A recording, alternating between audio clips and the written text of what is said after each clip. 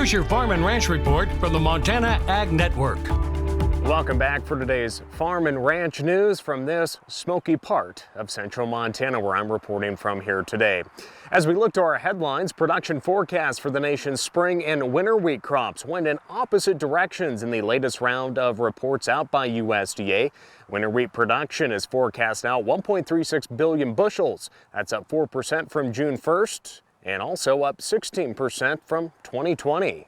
So I think that crop turned out better than expected, and that's why you're seeing quite high yields at the end of the day. I think they've been getting the moisture that they needed, and the weather has been more cooperative. Meanwhile, it's a different story for spring wheat.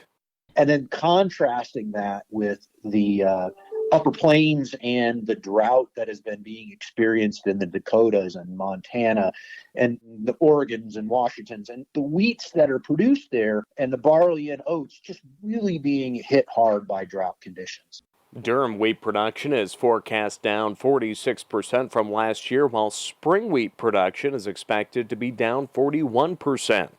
So the other spring wheats, you're talking about the lowest yields in almost 20 years. You got to go all the way back to 2002 to see a similar low yield. Spring wheat production for grain is now forecast at 345 million bushels. That's down 41% from last year. In other headlines, USDA is authorizing emergency procedures to help ag producers impacted by extreme drought conditions.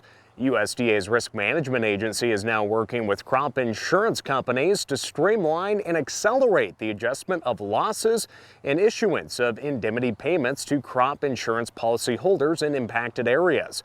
These new crop insurance flexibilities are a part of USDA's broader response to help producers impacted by drought in the West, Northern Great Plains, and other areas.